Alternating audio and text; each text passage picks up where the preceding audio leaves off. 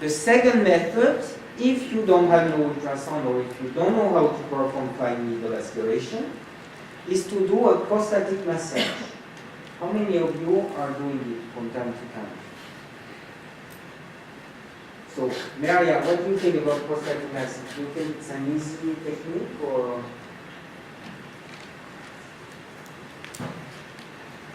Well, as a technique, I find it quite easy. You need an assistant. They'll give you anyway, but what I'm kind of in many cases disappointed is that the result that pathologists give me is that we get too few cells to be to get an accurate diagnosis. The technique itself is quite easy. I guess you use the technique by putting the tip of your urethral catheter near the prostate and then massage the prostate and aspirate. Because there are different techniques that are done. This is apparently the best technique. Some others, they are just emptying the bladder, rinsing the bladder, and then withdrawing a little bit the urethral catheter, massaging the prostate, and then rinsing again. And so they have the pre-massaging and the post-massaging samples, and it's even worse. But I agree with you, there is a limitation of this examination, and especially in large dogs, it's not always very easy to perform. So that's why I agree with this gentleman that probably fine needle aspiration is one of the best examinations you can make. And many studies have shown that it matches with histology quite well in the majority of the cases. So of course you need to have a cytologist who is able to read your slides well enough if you do ultrasound fine needle aspiration. So these are some images thanks to Eric Teske from Utrecht University, showing some images that you can get with fine needle aspiration. So these are some images that you get in case of BPH, a lot of cells with an enlarged cytoplasm, and so these are typical images, but no inflammatory cells, often quite a lot of red blood cells. This is an image of a prostatitis with many degenerated white blood cells, polymorphonuclear cells on the image. So this is also something you get quite often, this purple color. If you do it, you know where it comes from. All these things. It's the gel, it's the ultrasound gel that is stained. So it has no significance.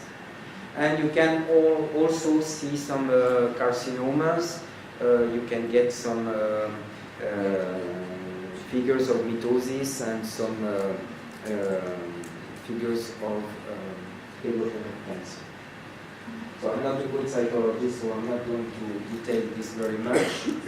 Of course, the gold standard, as this gentleman was saying, is ultrasound guided biopsy. So it's really something that will allow you to make histology and also make bacteriology. You take some samples in the different places of the prostate that are a little bit heterogeneous, then you can have quite a precise differential diagnosis. So I guess you are making biopsies. So do you find that it's a difficult examination? Not so. Yes, I think it's something that many vets are afraid of this, and in fact it's not so difficult to perform, but of course you need to be trained. So I have put here a video. What is important is to measure the height of the prostate so that you know how much you are going to have to make a biopsy. You see the needle here. And then you can take a little piece of the prostate. So, of course, you can use a Doppler to visualize the vessels that are mostly at the dorsal part of the prostate first. And I've put here a banana. because I was told by my colleague and friend Xavier Levy, who is doing a lot of prostatic biopsies, that one of the best way to train yourself, if you are afraid to train on live animals, is to begin with a banana. Because in fact, if you make an ultrasound of a banana, especially a transversal view, it's exactly the size and the aspect of a prostate. So what you want when you make a prostatic biopsy is to avoid piercing the urethra. So in fact, you train yourself, and when you are completely confident with the banana, then you can make a biopsy of the dog. Would you say this? Maybe yes. Okay, so you have to try next time. So anyway, urinalysis is interesting when there are clinical symptoms, because as I told you, when there is cystitis, usually you find the same bacteria, no, not usually, all the time you find the same bacteria in the urine and in the prostate. So of course, if you have biopsy, the biopsy will tell you about bacteriology and about histology. So you will know at the same time if there is a prostatitis and if there are bacteria. If you do fine needle aspiration, you will have only cytology. You will not have bacteriology. So you don't know if you need to put your dog under antibiotics or not. So what can you do? You can do a prostatic massage or collect prostatic fluid by masturbation. But there is not a very good specificity, because you are going to collect many bacteria that are inside the urethra. So the bacteria that you are going to find maybe are not the bacteria that are in the prostate. So there is a technique that was described in the literature. I don't use it, but some people say tell to put the dog under ampicillin for 5 days to kill the urethral bacteria before you make a bacterial assessment of the prostatic fluid. If you collect by masturbation, for example. Don't know if it's reliable or not, but it's something that is said. Of course, urinalysis and cultivating the bacteria in the urine is very specific if there is cystitis, otherwise it's useless. And the biopsy is, of course, the gold standard. So, how can you treat canine prostatitis? First, you always have to do it. You have to lower the prostatic volume. This will, in some dogs in which they have non-infectious prostatitis, it will cure the dogs. And even if there is an infection, it will help the antibiotics to penetrate inside the parenchyma. So it will accelerate the treatment. So, for example, in this study published in 2006, combining iposan to diminish the volume of the prostate with antibiotics in 11 dogs suffering from prostatitis, they had more than 60% of the dogs that had a clear clinical improvement 2 weeks after beginning of the treatment, and at the end, 90% of the dogs were cured. So, do we have to treat differently chronic and acute prostatitis? That's still a controversial data. What we know is that we are going to use, of course, a medication to reduce the volume of the prostate and give antibiotics. So there is what we call the rule of the 3 Ps. The antibiotics have to be precise, so you have to use the right antibiotic depending on the results of your antibiogram. Prolonged, if you don't treat long enough, you are just going to stop the clinical symptoms and then you will have a recurrence, or you will transform an acute prostatitis into a chronic prostatitis. And powerful. So, recommended treatment that you find in literature are minimum of 1 month to 1 month and a half of treatment. Some people even treat up to 9 weeks. So I cannot tell you what is better, because there is no study published telling that this is the ideal duration of treatment. And so you need to have an antibiotic that is liposoluble, that diffuses quite easily in the prostatic parenchyma, so has a low linkage with plasmatic proteins and a high pKa. So traditionally you have either macrolides, but the problem is that macrolides, they have a limited spectrum of action, so there are very few bacteria in which they are active. You can use association of sulfamide and trimethoprims, or you can use fluoroquinolones. In case of acute prostatitis, of course, all antibiotics will diffuse in the parenchyma, but after a while, when the acute stage is finished, then they will not penetrate so easily, and therefore you may just have transformed the acute prostatitis into a chronic prostatitis. So be careful to check the dogs after treatment. So beware, of course, long-term antibiotic. You may get development of bacterial resistance. And with long treatments with sulfamide trimethoprim, sometimes you have some bad side effects like allergic effects that can lead to keratoconjunctivitis, anemia, or some problems. I remember one dog, it was not in reproduction, but in my veterinary school, that was treated quite a long time, I think 3 weeks or 1 month, with an association of sulfamide trimethoprim. And suddenly, one night, he had nearly half of the skin of the abdomen that went out. And it was probably an effect of this allergic effect of the sulfamide trimethoprim. So be careful. Beware also about fungal prostatitis. I don't know if it's frequent, but there are some cases described, and of course, antibiotics will not work in curing the dog. There was one presentation in France from a vet practitioner who said, but I have no experience on this, that in case of prostatitis with no big or abscess, he treats the dog with a combination of 2 or 3 weeks of fluoroquinolones plus non-steroidal inflammatory compounds, COX-2 inhibitors, like for example metacam, and controls 2 weeks later if the dog is better, and then he will just, to lower the price, treat the dog 3 days per month. Apparently it's a treatment that some human doctors do for human prostatitis. I just deliver you this slide. I have no experience on this. I would not treat like this myself. I would treat with prolonged treatment. Do you have any questions on this case of prostatitis?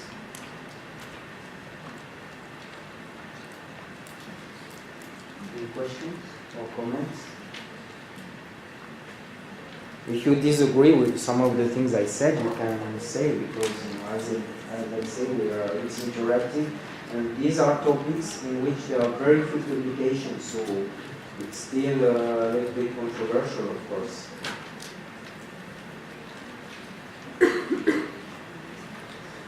So I will present you the last case.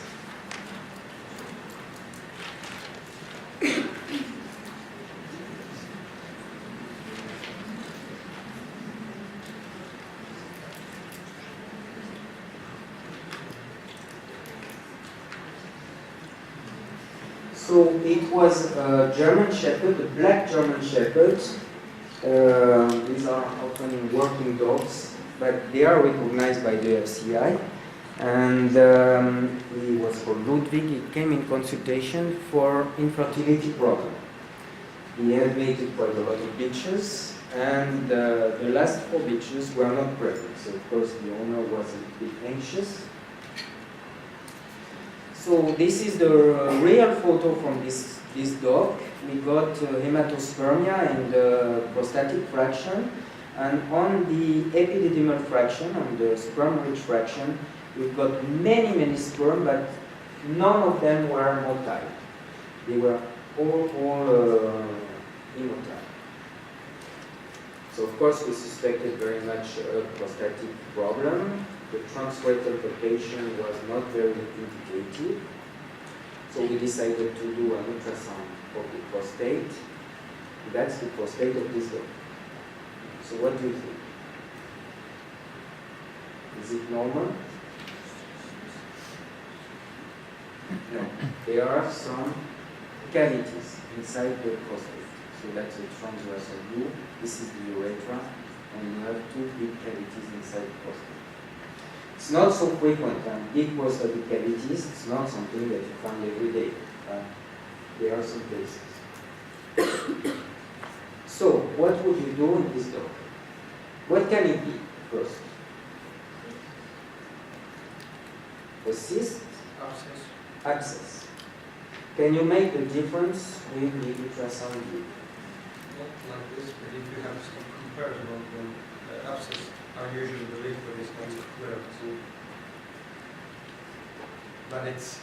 You are right in a way, but that's also theory and practice. So in theory, you are right, abscess, the liquid is not so clear than in the case of cyst, and the outline of abscesses can be a little bit different from the outline of cysts. So in theory, we could make the difference by ultrasound, but in practice, it's not always very easy to do. So, if you really want to make the difference, what can you do? Yes? Of course. And it's what you did. So, what was it? Pus. So it was abscess of the prostate. And we were lucky because sometimes when you cultivate the intra-abscess, you don't find that there, but in this case we found an Igale, yes? How big is the risk when you are training an abscess to get the contents of abscess into the Yes. abdominal cavity? Sorry, I should have given you the microphone. So the question is, how big is the risk of getting a septic, how do you say, fistula when you do this? I cannot really answer. What I can tell you is that in the cases of abscesses that we follow, we never had this problem. But I know that in some articles in the literature, especially American literature, some people are reluctant to do this because of this risk. I think the risk is very limited, but I don't know what you think, Maria. Do you think there is a risk for doing this? I will give you the microphone. That has never happened in my cases I have had, but I do aspirate in 27, so I couldn't really say that it's I proven. never heard of a place where it happened, but there is a potential risk. So if you want, you can maybe ask the owner to sign a paper or something. But anyway, you have to make the differential diagnosis, because if there is really abscess, an abscess of the prostate is something very dangerous. Usually the dogs are very well clinically, they have no fever, nothing, but at any moment it can develop into a local peritonitis or even a septic shock.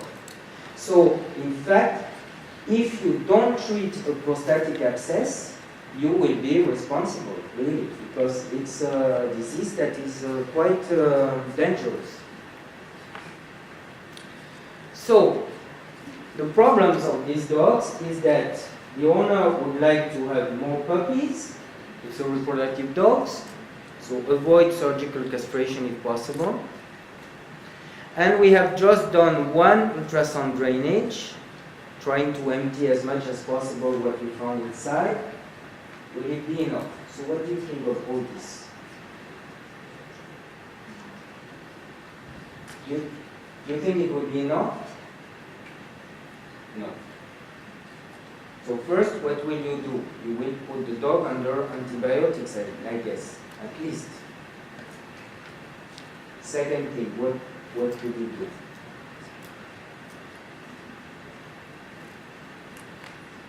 We spoke about anti-androgenic compounds.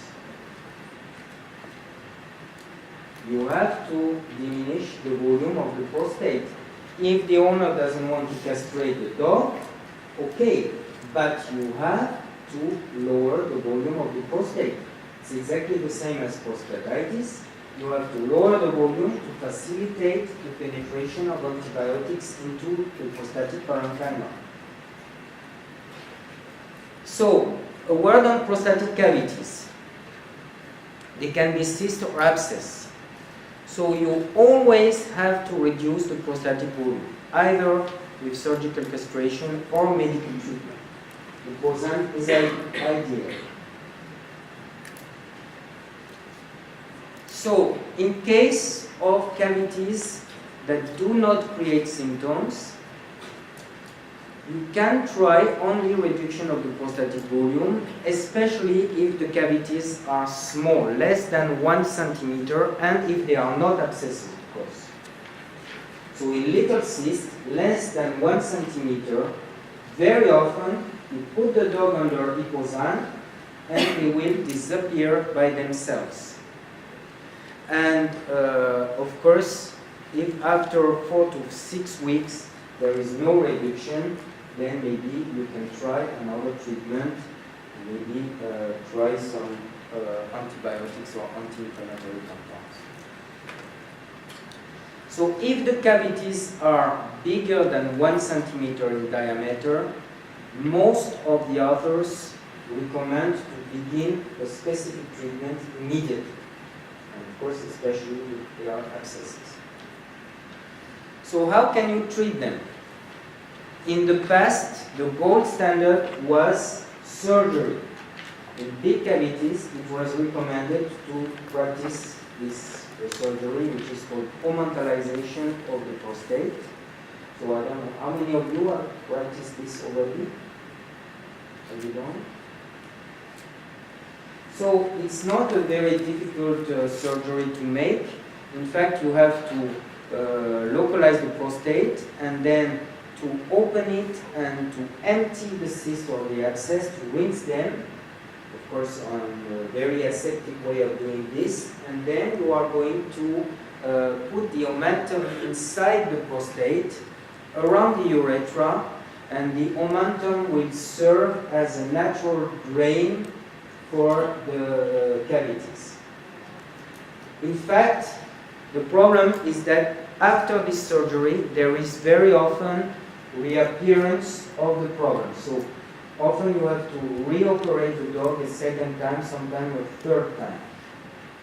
So I must say that it probably is not the first thing we would do nowadays. So in the past years, there were many presentations in congresses or publications about ultrasound-guided aspiration of the prostatic cavities. So there are people who just puncture the cavities, empty them, and then control the dog 1 or 2 weeks later. If there are still the cavities reappearing, they puncture again, and that's all. And there are people who are going further. They are injecting some sclerotic agent inside the cavity. So it can be ethanol, an alcoholic compound that will kill the secreting cells inside the prostate, or it can be antibiotics. And in the past, we presented at the European Congress treatment of intraprostatic abscesses using intraprostatic injection of marbofloxacin after, of course, emptying the abscesses.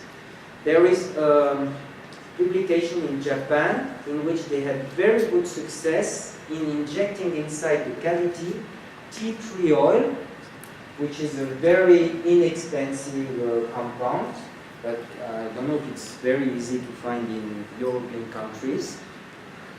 And there are no complications reported